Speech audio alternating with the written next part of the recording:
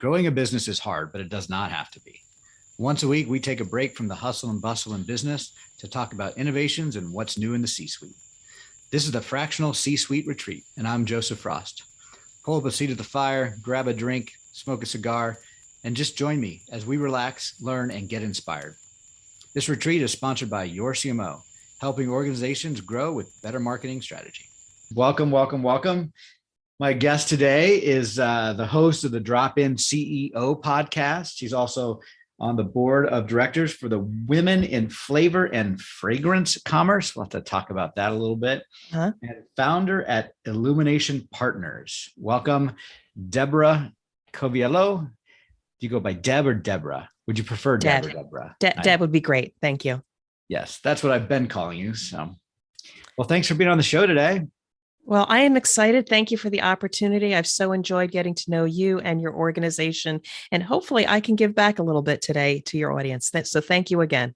Oh, yeah, you've been great. And I'm excited to have you and talk a little bit about what it's like being a fractional CEO, fractional COO, and kind of the different roles that you've played in the past. And why don't we start with one simple kind of thought, which is when you come in as a fractional executive to an existing business in C-suite, what is one opportunity you see that a lot of C-suites are missing out on right now?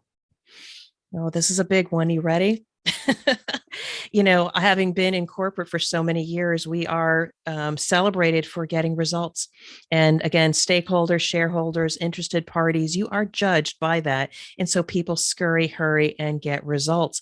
But I would propose the thing where they're missing out is while they are seeking results, leaders are often in pursuit of peace of mind.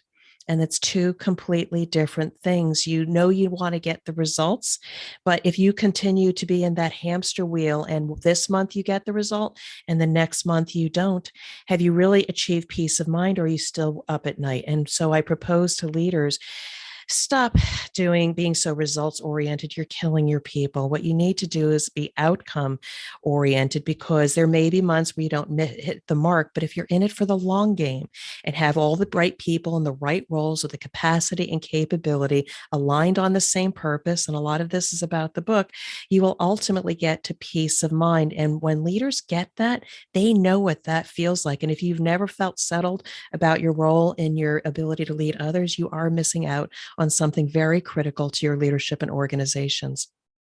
Wow, that was well said. There's a lot to unpack there.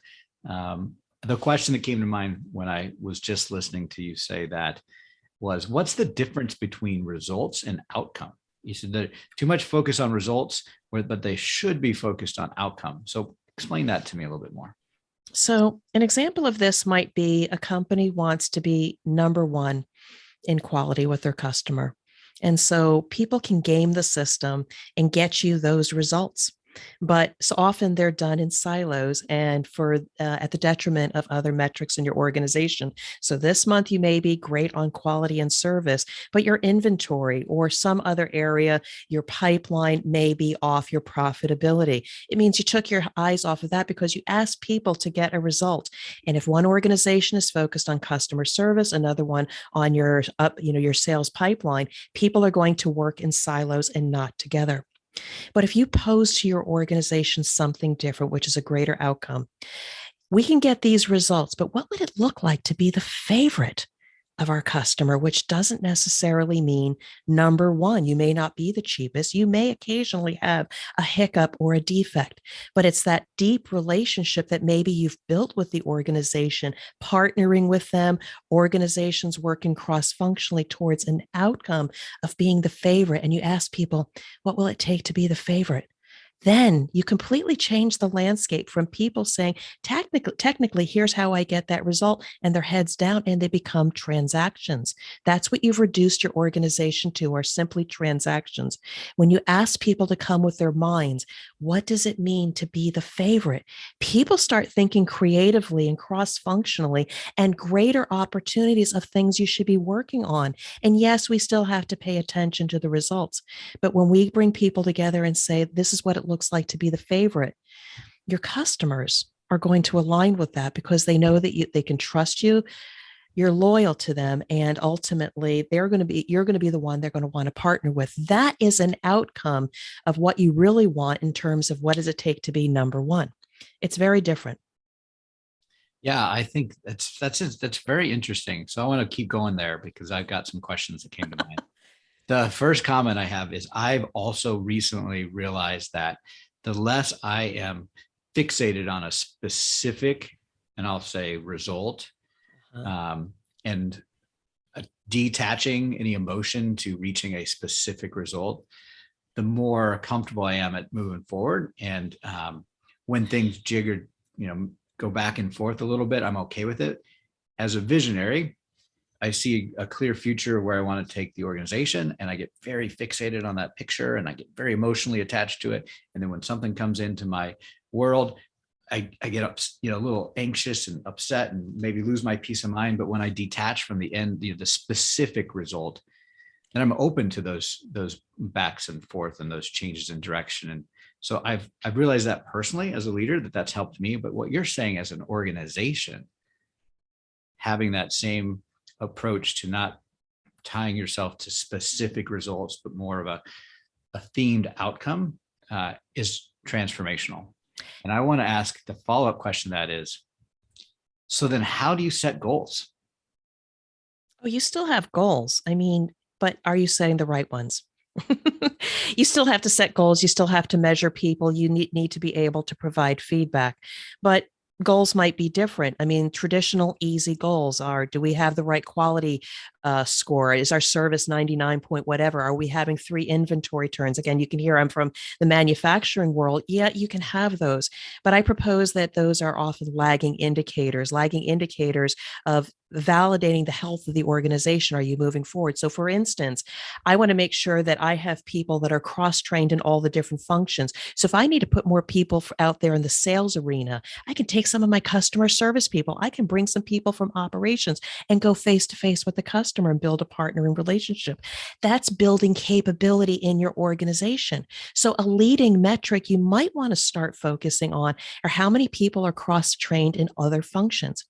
Are we meeting with our people on a month to month basis, having those one to ones, not only making sure they're getting the results, but as a primary responsibility, how many people have personal development plans, whether it's elevating themselves within their current technical area, or are we teaching them other functions, getting certifications? So if we needed to move around the resources towards a particular area, we could.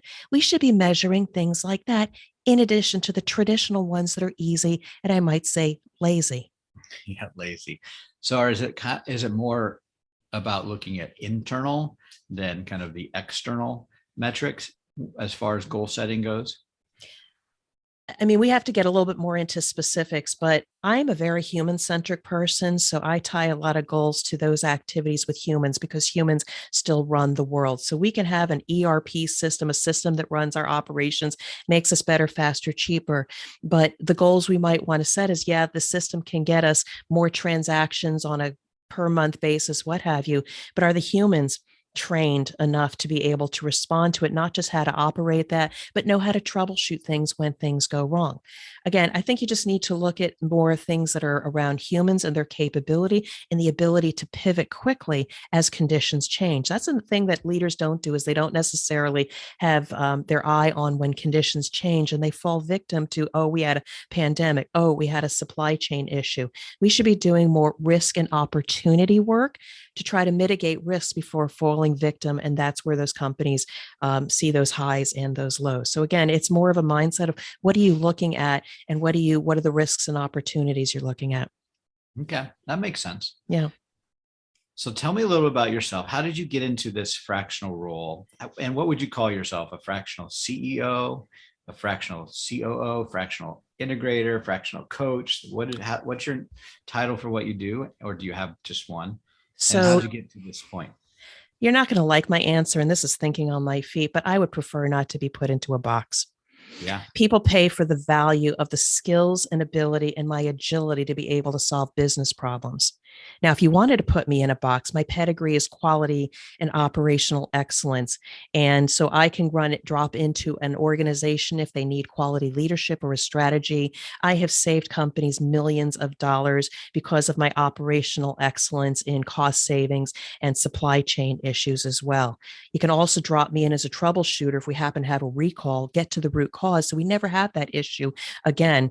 Put me in wherever you need to, but this drop-in CEO is about a mindset. It is the mindset of whether I drop in and partner with the COO or the CFO. It's the ability to drop in and look at the landscape, look at what is working, and then based on the collective input of the organization, their talents of what they can do, and your expertise, develop a plan that gets them through whatever the transformation is. So I'm a chameleon. If the COO needs help and an additional partner to give them capability, I'm a partner with the COO. If the CEO hires me, I'm their partner. So the drop-in CEO is that fractional leader that helps solve the business problem during that particular transformation. If I can't solve it, Fractional Professionals Association and everybody that I've networked with, I got people I can bring in to solve whatever business problem it is. So I haven't heard anybody say CQO, Chief Quality Officer, That would or be a new one. COXO, Operational Excellence Officer. You don't hear that. So I'd rather come in with what's the problem I can solve. Yeah, I love that. Thank So you. how did you get in this place?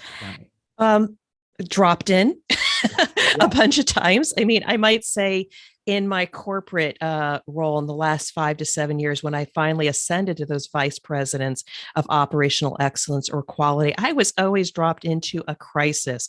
The organization was crumbling, not staffed well, not well aligned with the rest of the organization. It was about building the foundation, getting the resources with the right talent, and then creating the processes and systems for which that's my expertise to get something that's getting the results. And so I was able to do that when I was dropped in as the head of quality. I'd never been a vice president of quality, but I had the skills. And ultimately, through figuring out what was needed, I moved my organization, North America, from being in a number 4 out of 4 regions to number 2 in 18 months. But it was because I did things a little bit differently. I talked in terms of an outcome, not necessarily getting the results. And that's what everybody else was doing. And so I was already doing that in corporate. But then when I was given the opportunity to transition out of corporate, I said, I can do this on my own. So I started my own business in November of 2018 and was fortunate to drop in again to very different situations. But the common thread was a C-suite leader going through some kind of operational transformation. And it could have been a downsizing of a company, loss of a leader, new customer requirements for which they didn't know how to get there, or simply the capacity to be able to fill a role or even build capability that they just weren't equipped to do. So those are the business problems I've solved. And I am attracted, or the ideal client is attracted to me, usually a mid-sized company that recognizes they have those needs, but just don't have the capability within. Yeah. The better customer, however, is not one that it's in crisis. And I have this crisis scale. You can either be in crisis, meaning you're about to close, chaos, you're firefighting, control, things are okay, but they see into the future, they might need help. And then certainly the organizations that are on a continuous improvement track or have a competitive advantage may not need me. I love the leaders that are not in chaos, but they see if they don't make a change and bring in that expertise, they may be in chaos later on. Yeah. So as a drop-in CEO, fractional leader, Yeah. what do you see the value is to an organization as opposed to hiring somebody full-time to try to solve that process, or looking at an agency or a firm to come in and solve some of those problems?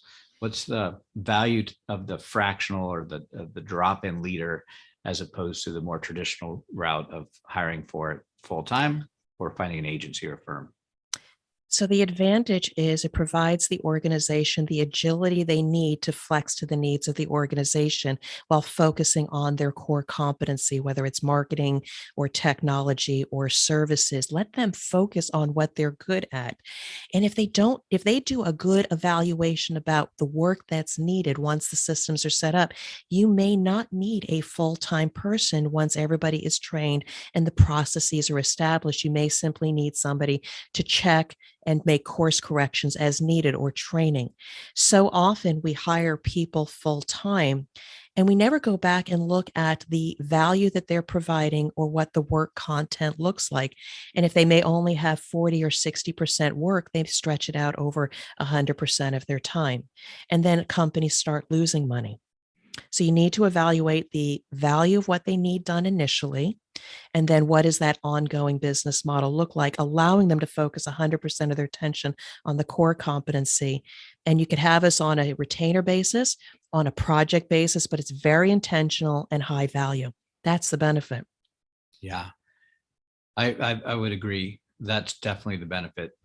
So how does a company go about setting their criteria to find a successful drop-in leader or executive, fractional executive?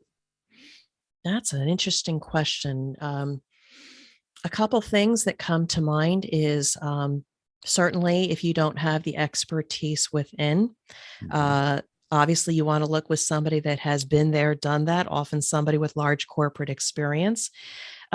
It's a little bit also beyond the experience of the individual. Is this an opportunity to upgrade the talent in your organization?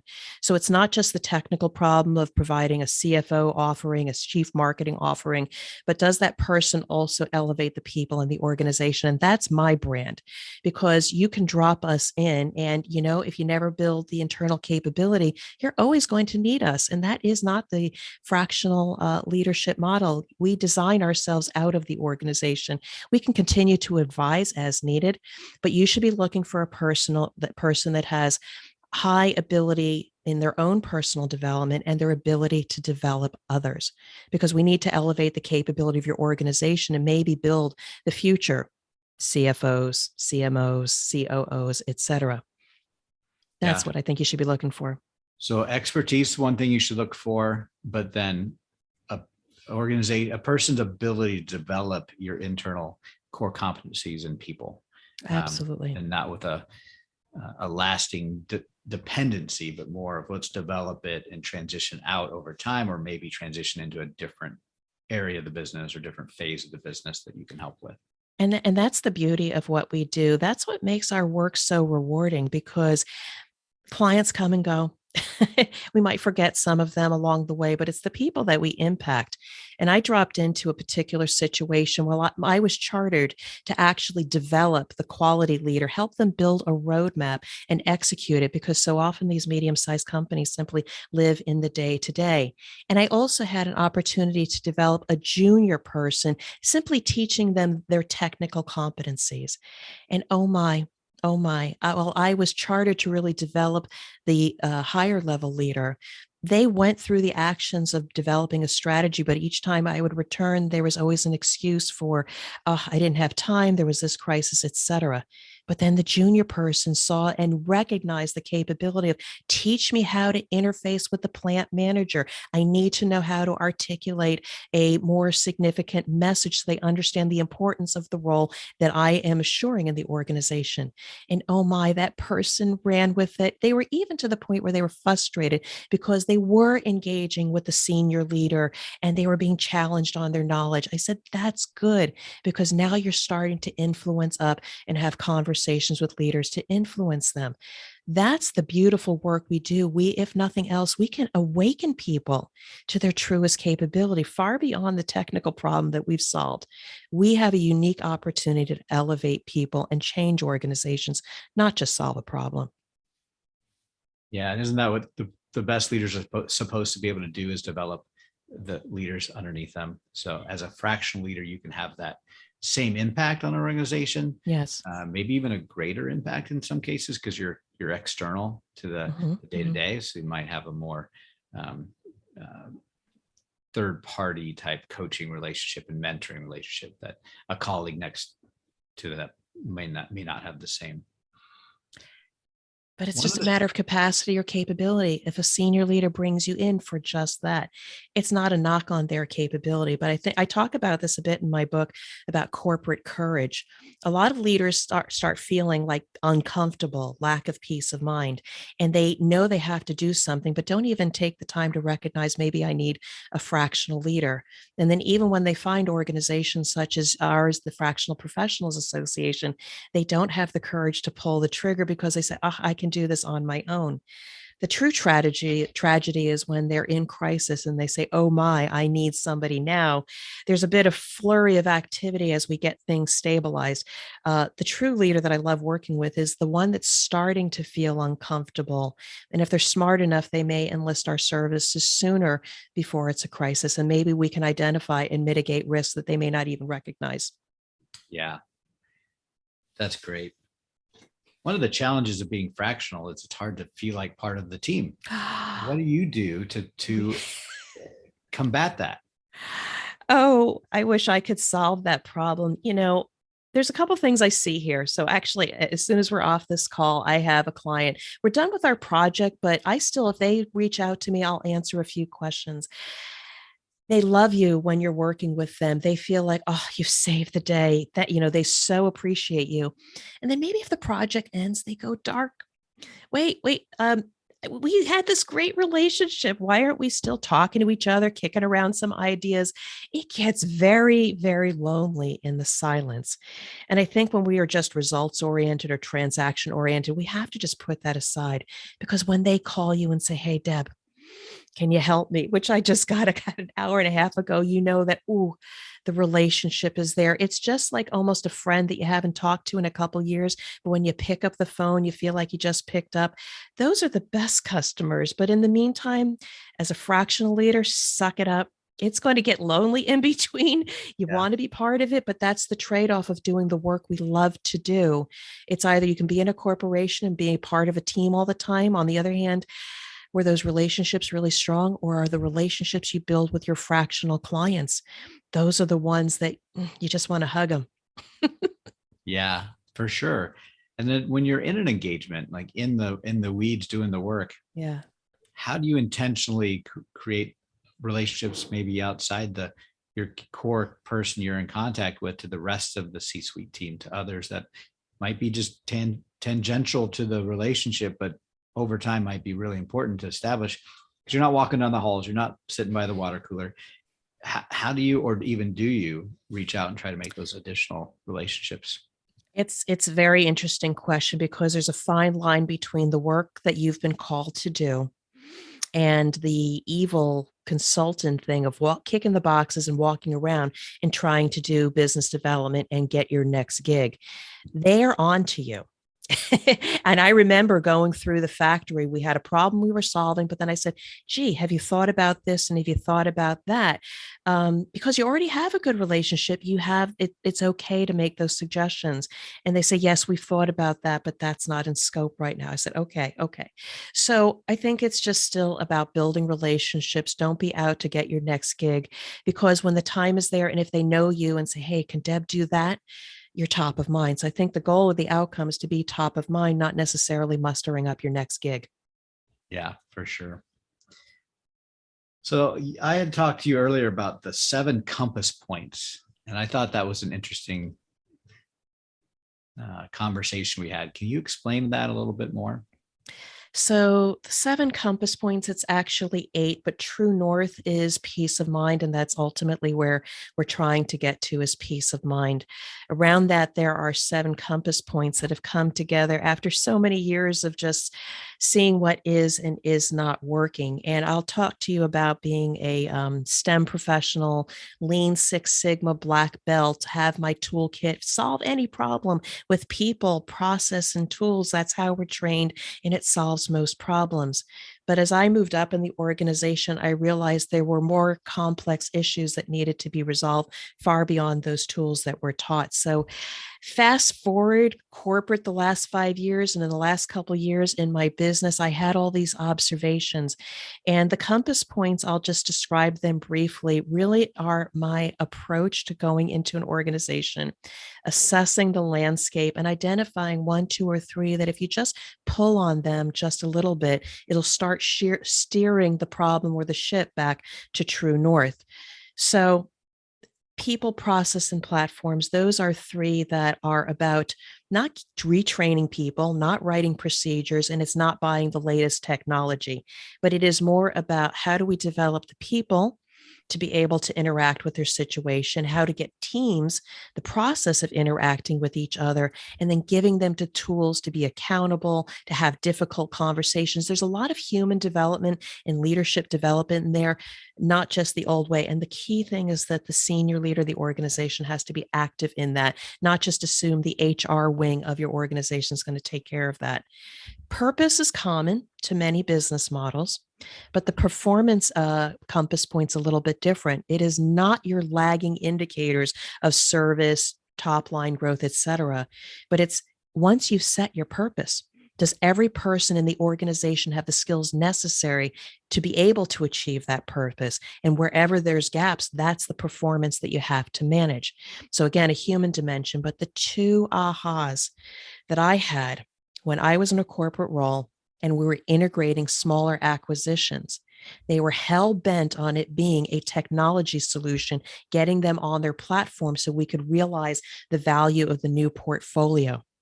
And the end result of not doing it right was we brought the supply chain to our feet. Like we couldn't move supply and the customers were impacted. And they were missing two ingredients, was understanding the past and the culture. Past is one of the compass points, the culture of why was that organization so valuable? We didn't take the time to understand it. And then the pride. And it's the pride of the people. It's the intersection of their humanity and their intellectual property, not their subject matter expertise, but deeply understanding what made them value, what are their successes, what are they known for? Because when we don't pay respect to that, and I talk about this in the book, they will be silent. They will not engage with you, especially at points of crisis. But when a leader takes the time to understand the past and the people and their unique gifts, when we finally all come together, whether it's a team or an organization, regardless of the situation, they will have your back. They will trust you. They will perform at a higher level had we skipped those two compass points. And I find big corporations skip those two compass points. And so, again, the book that I have, The CEO's Compass, talks about that. But I have found that that formula of using a compass to take already a strong leader and look at what's missing, the book talks about developing the leader and then giving them a how-to manual, how to course correct to get to peace of mind. Yeah, you really have wrapped a lot of things into what you do as a drop-in CEO. There's a bit of personal development, leadership development, and there's certainly operations, project management. I mean, there's just a lot you do. So it is hard to put you in a box, Deb, that's for sure. But that's then why the drop-in CEO brand resonates. Now, I'm the founder of my own company. I've had to figure out operations, sales, marketing, and all of that financial stuff. But sometimes people say, I'm a fractional CMO. I'm a fractional CFO. But the point being is we shouldn't put ourselves in a box. We have our technical areas of capability, but we also can see all the other interconnecting parts that may not be working. And that's the work of a CEO, to be able to put all the pieces together and not be the smartest person in the room in all the areas, but we leverage our colleagues in the fractional space and pull on them when we need them. Yes, you can have a CEO that was maybe a chief sales or chief marketing officer, but we know enough about business to pull in the other leadership that's needed. So there's a lot in there. And yeah. Yeah, for sure. Well, let's talk a little bit about your personal life. What do you like to do outside of being a drop-in CEO?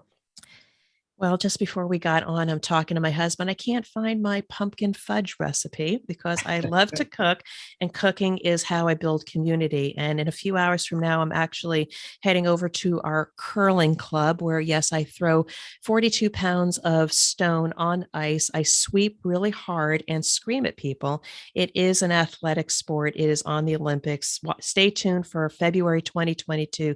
You'll get to get your fill of curling. So I love the sport of curling. I'm pretty good at it. I got a silver medal in 2017 in arena curling nationals, that level of that sport. So I love the sport, love cooking, That's walking. awesome. You know, I'll stop today, there. no, that's great. Let's talk curling because I'm a curler, and today is the um, first night of the curling trials, I know. the Olympic curling trials in Omaha, Nebraska. We're hosting it here, so we have all of the best curling teams in the country are curling in Omaha, Nebraska this weekend. So, fun fact, and I'm so excited for you. I know people that are going there to be umpires at that. We actually do have umpires and judges, but I also know a couple people personally that are vying for those Olympic sports. There is a gentleman by the name of Thomas Howell. He is on Team Dropkin. They are going head to head against Team Schuster that won the gold in the previous Oh Olympics. yeah. And then Allison Howell, also on, I believe it's Team Bear on the women's side, vying for their position to be in the Olympics.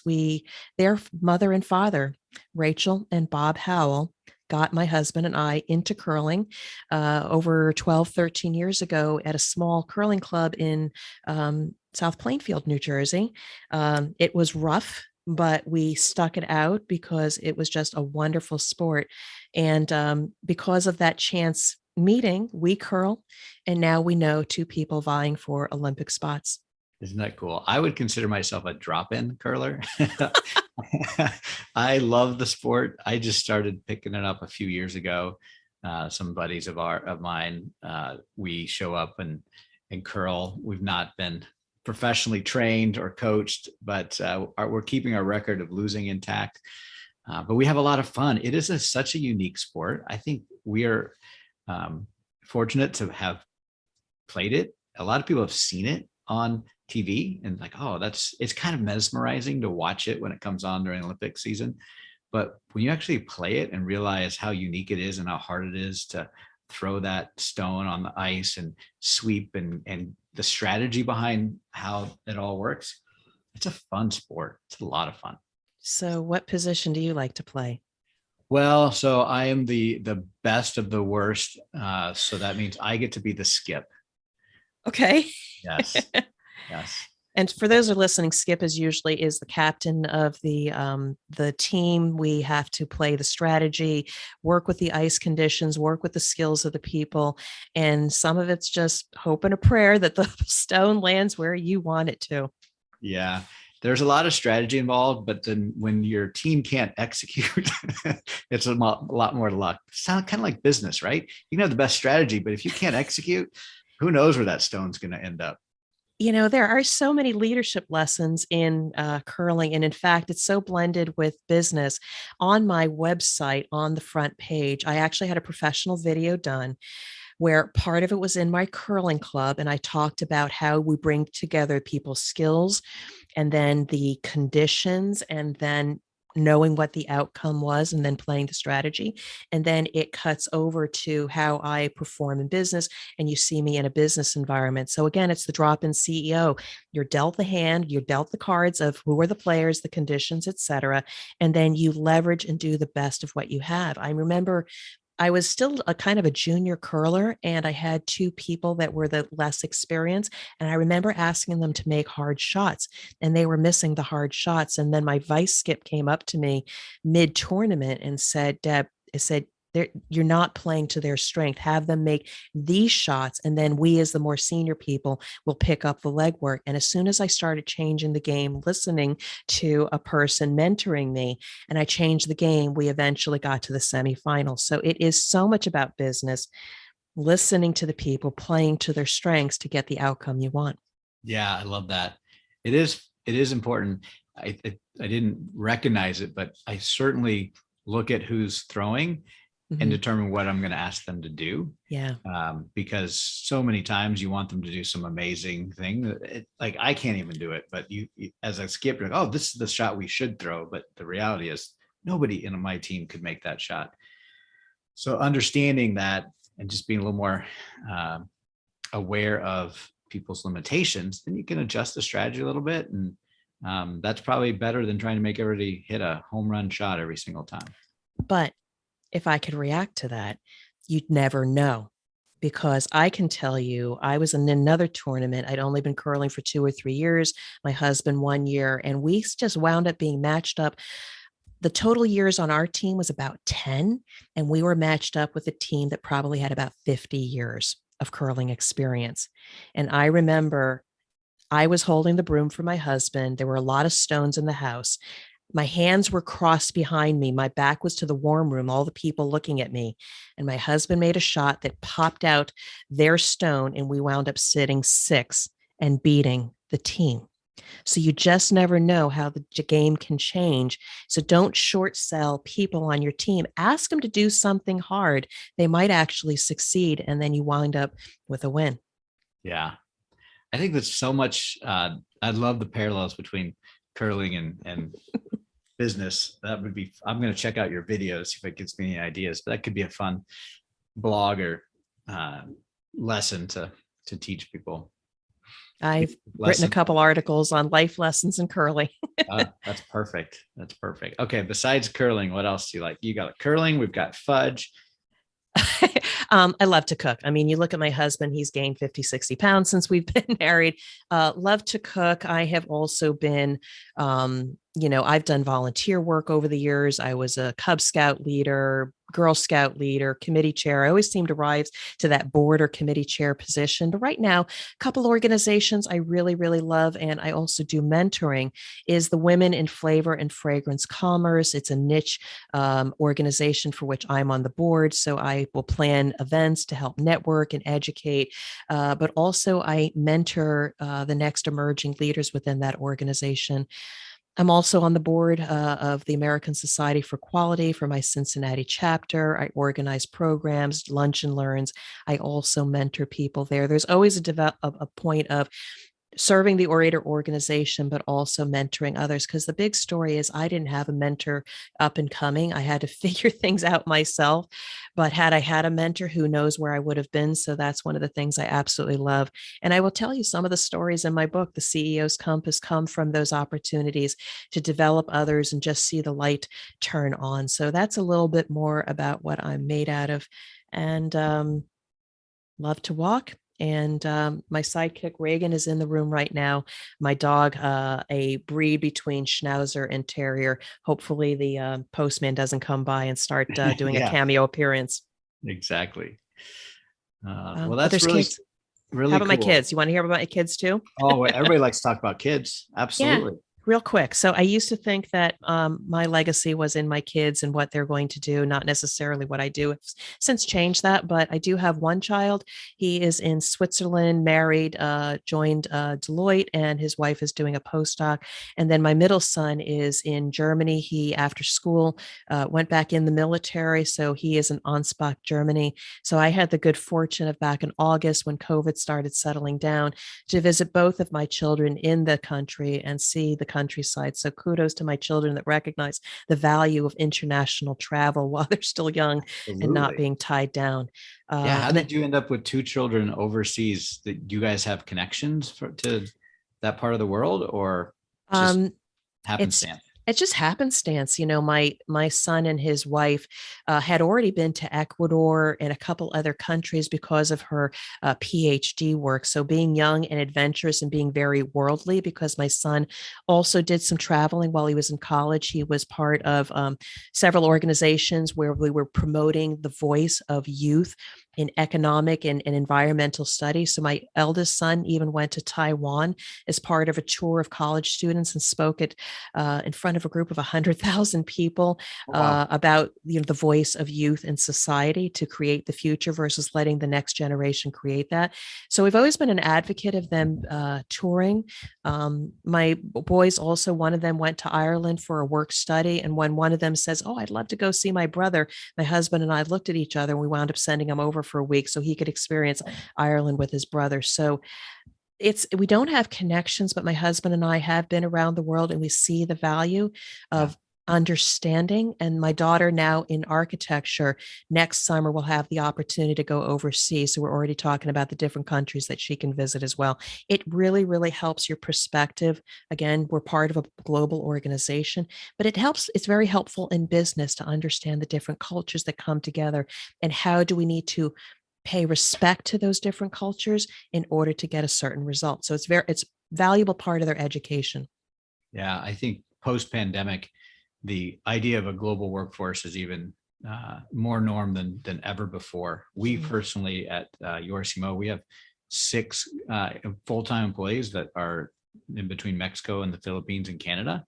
Mm-hmm. And we think the global workforce is just a great way to find interesting and diverse talent. Do you see any much of that going on in your experience with your client work? You seeing some globalization of the workforce at all? Not so much in the client work. I've been working very locally. They're just very focused on the talent within the region. Mm-hmm. Not so much, but I have done work in the US, in Europe, and also I've got a client in Singapore. They see the value of reaching out to people in other countries. But so far, my client work has been mainly focused on the talent within the local region. Yeah.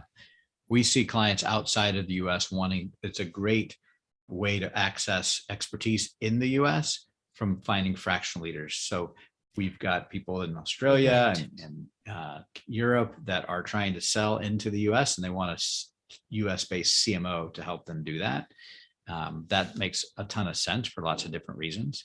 And I'm sure anybody that needed to establish operational issues or manufacturing in the US would see value in having some fractional leaders that can help them pave the way in a foreign country. Just like if I wanted to start selling my services in Asia or Europe, I'd want to hire a local fractional leader to help me do it. Well, and I agree with that because then there's that access. But I will tell you, as part of my business development and brand development, because I spend a lot of time building the brand, is I use LinkedIn heavily to put out my thought leadership and explain the problems that I solve.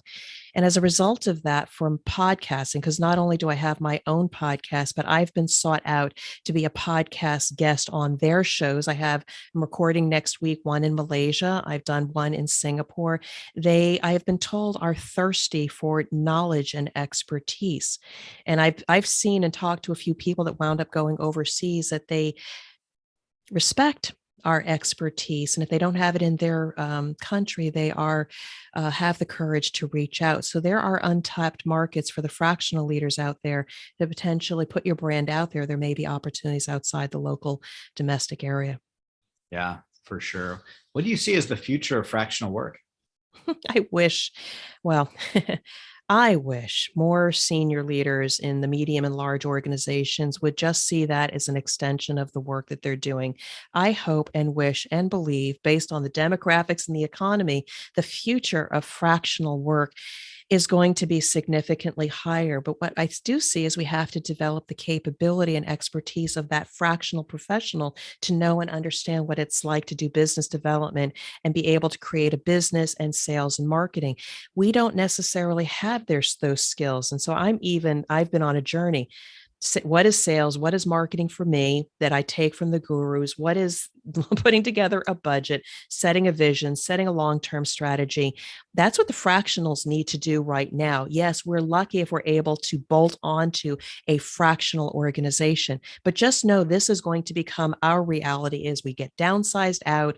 People don't want to go back to the corporate life. Not only should we practice our skill and help businesses, we need to develop the skills of being an entrepreneur and knowing what it's like to build a business ourselves. You can't just do your technical work.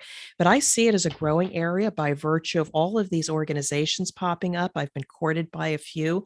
And really, it is a smart model because, again, as I said in the beginning, businesses need to focus on their core competency. If they're large enough and can have full time resources, kudos, but they may not be necessarily leveraging the best way. So I definitely see businesses should think about fractional work as a positive change in their business model. Yeah, I look at the fractional world. It's still in its infancy. There's a lot of unknowns about what it's going to become. There's also a lot of confusion, I think, in the mind of the business owner. What exactly is fractional? What isn't? Is it part-time? Is it interim? Is it a flat monthly fee? Is it just a consultant that calls himself fractional? Is it an extension of an agency that has one person out there that's doing biz dev calling themselves fractional? It's kind of the Wild West. So what advice would you give a business owner to find a true fractional professional that they can trust, that's in it for the same reasons you and I are in it, to help a company build the right strategy, execute on that strategy, and then exit out after developing the people and the core competencies? How would they go about finding the right person? Well, certainly, I notice a lot of the C-suite leaders are not doing as much networking as they should.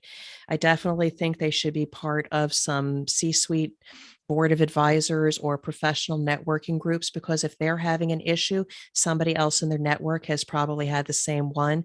They should be looking for warm referrals.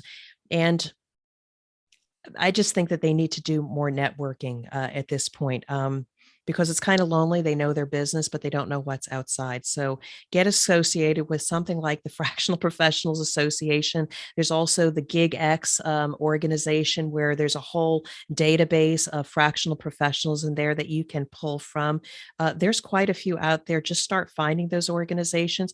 And I would say just start building a relationship. Don't worry about the transaction or the sale. Just start learning and finding out those people that gel with your particular organization. If you don't need them now, you may need them later. So make it a part of your risk and opportunity planning of what kinds of talent am I going to need in the future, and where can I find them? Yeah, I think that's great. And how do you separate yourself from others that do what you do or say they do what you do? Because I'm the drop-in CEO.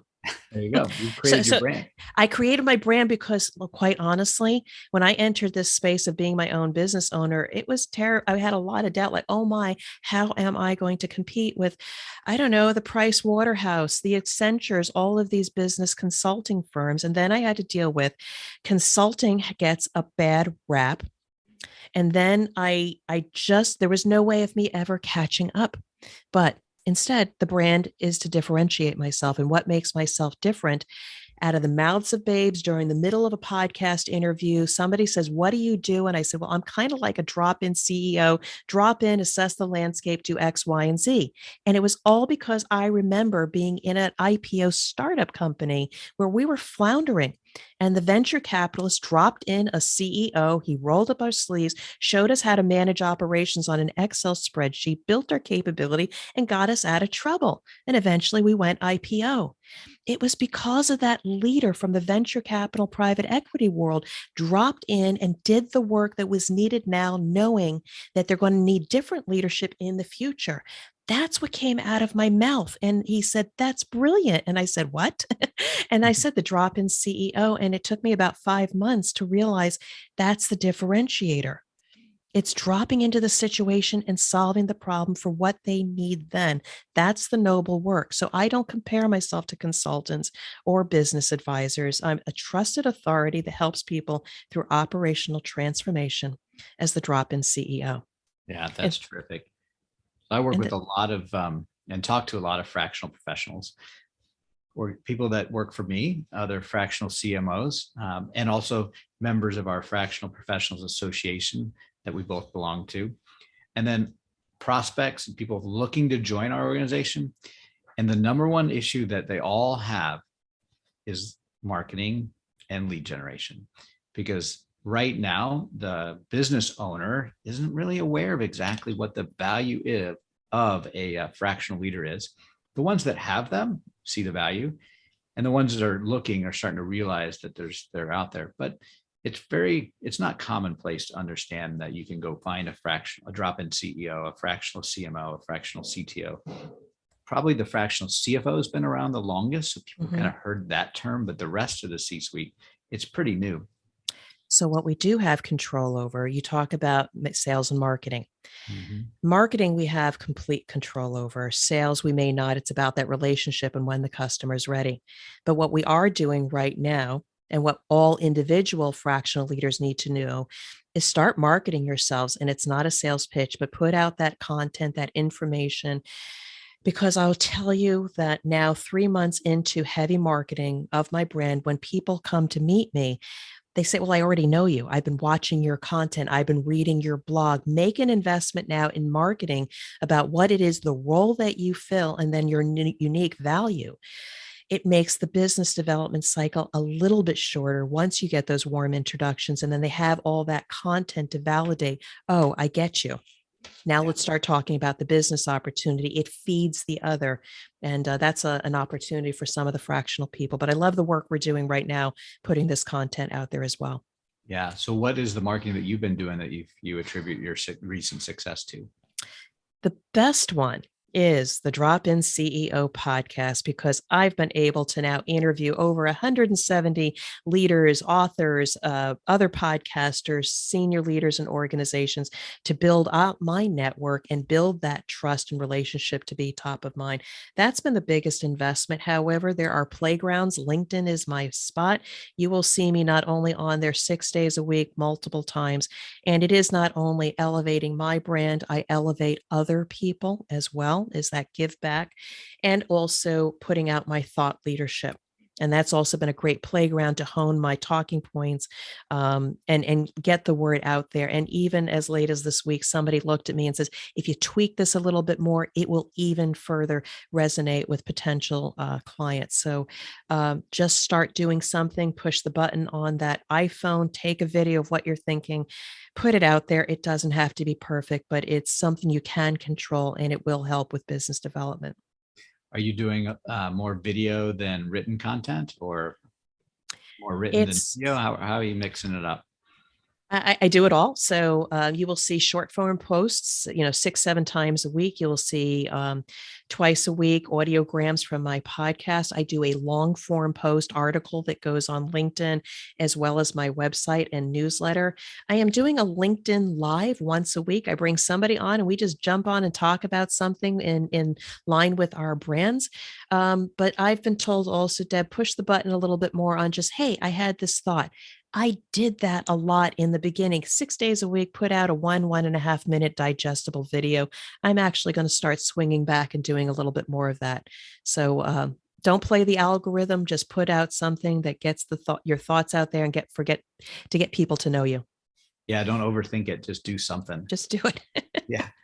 Well, that's great, and I applaud you, because it's really hard for people to go out and just start marketing, especially marketers. You would think that we as CMOs are really good at marketing ourselves, and that is not the case. I can't tell you how many fractional CMOs I talk to that have a hard time marketing themselves, defining and determining what their brand is going to be and how they're different from other competitors. And it's hard. I think it's because we get in our head and we think too much, and we worry about what someone's going to think about it. And the key has got to be to go out there and just start talking about what you're passionate about, what your interests are, and try to help people. And that will come across authentic, and the right people that want that help will be naturally attracted to you.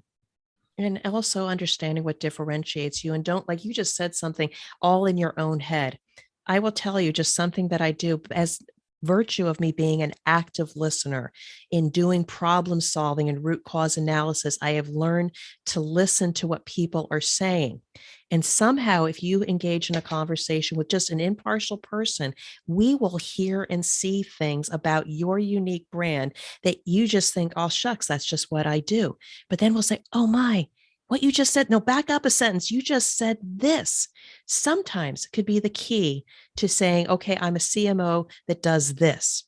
And so I suggest to any of your CMOs out there, just get a trusted partner, talk through what it is that you do. You may actually find a unique branding message that you can add to how you market yourself.